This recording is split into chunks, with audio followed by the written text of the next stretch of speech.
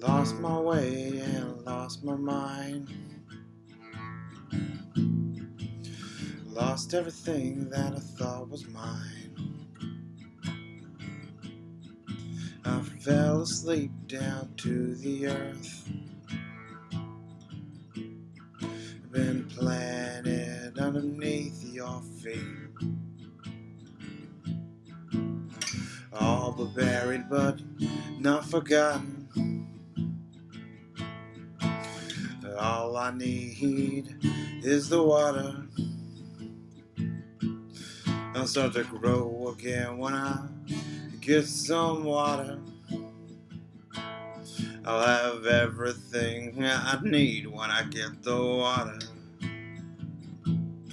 I'll have everything I need when I get the water.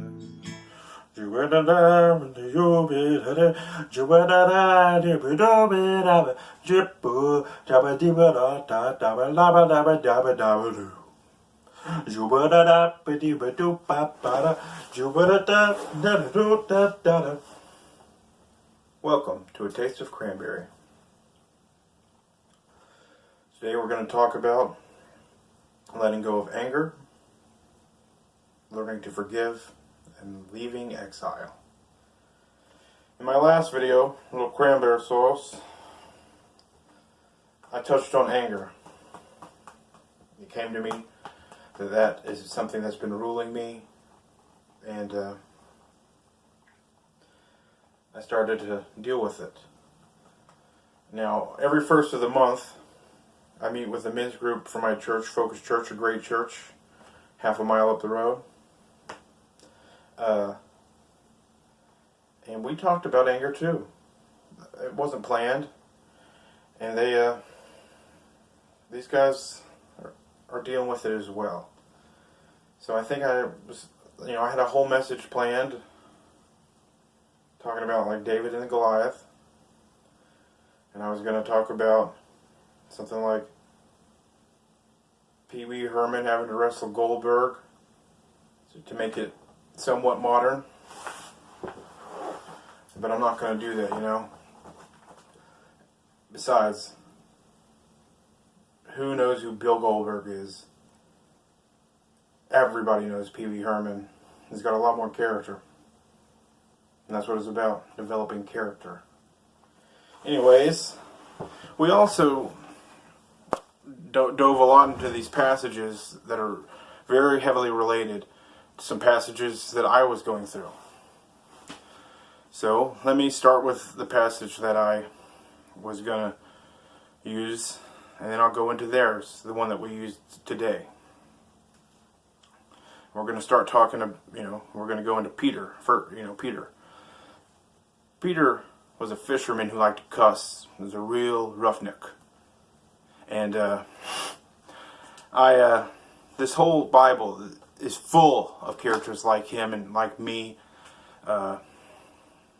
Saul, who turned into Paul, was a terrible man, I think, and he wrote most of the New Testament.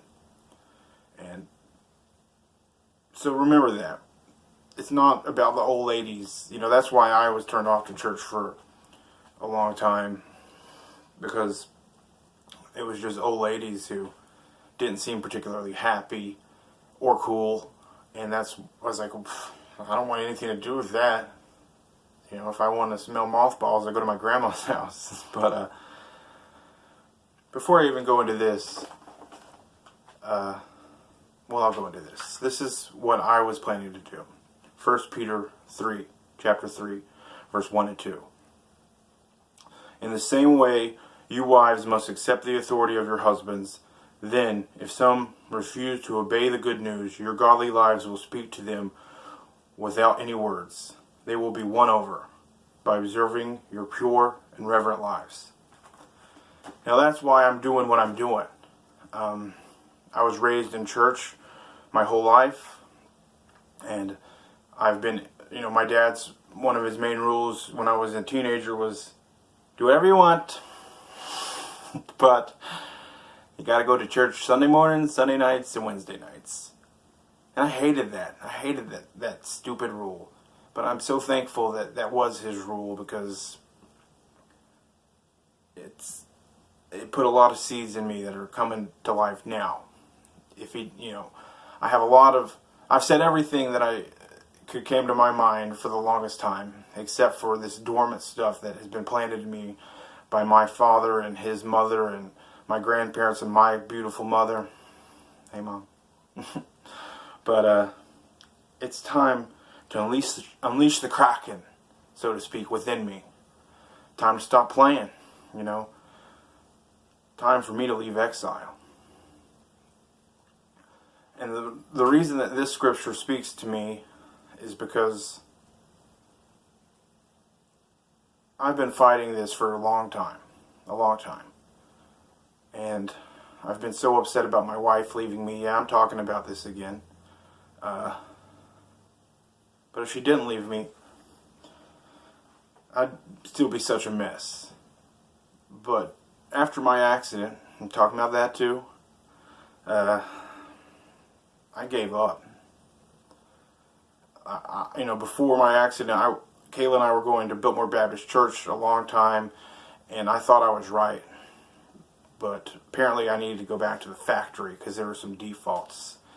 And I wasn't right. I wasn't. But I gave up, and I didn't care about much except for her.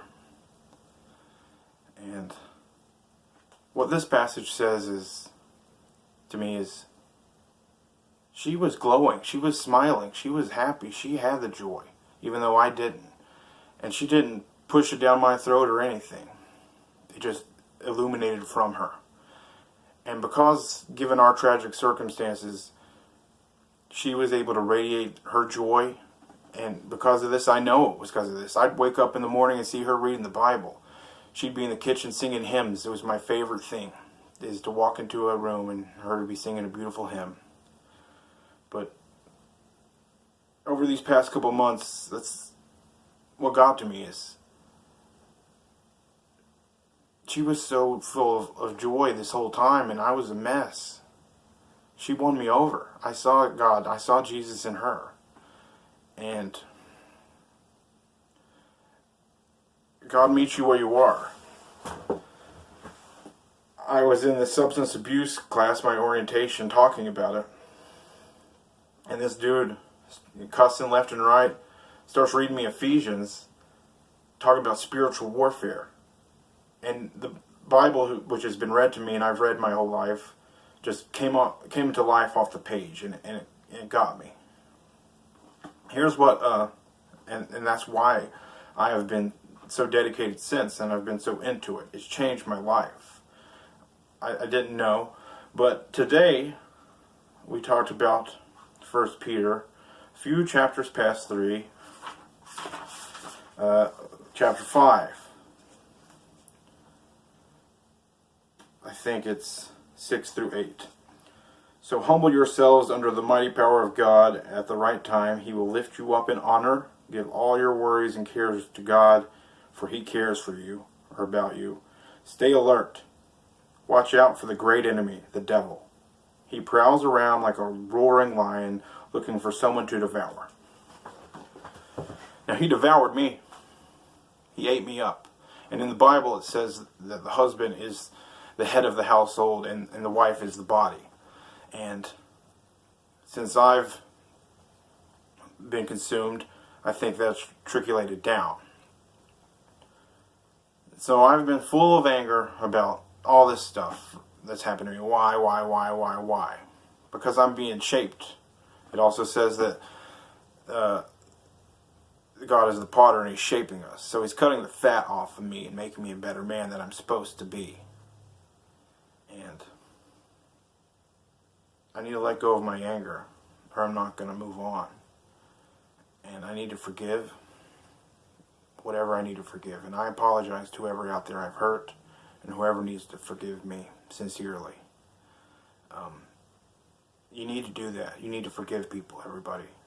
Let go of anger and forgive. It's hard. But you're only hurting yourself and the people you care about if you don't. Now, exile. I've been in exile for a real long time. Literally, I got arrested when I was 19 for stealing beer on Valentine's Day. and was exiled from Asheville. And I couldn't get back. I tried for years to get back, and I finally got back and become a drug addict as soon as I got back. But I finally came back. And that's not what I'm talking about. I'm talking about spiritual exile for me. You've been banished from your homeland. And I'm coming out of exile. I'm conquering my demons, and I am moving forward.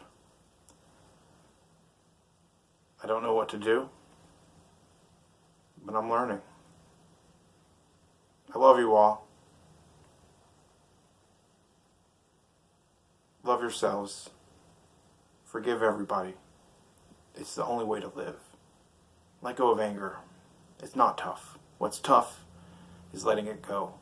Moving on. Growing up. I'm growing up right now. Woo! It's good. So never give up hope. And remember, joy is the most infallible sign of the presence of God.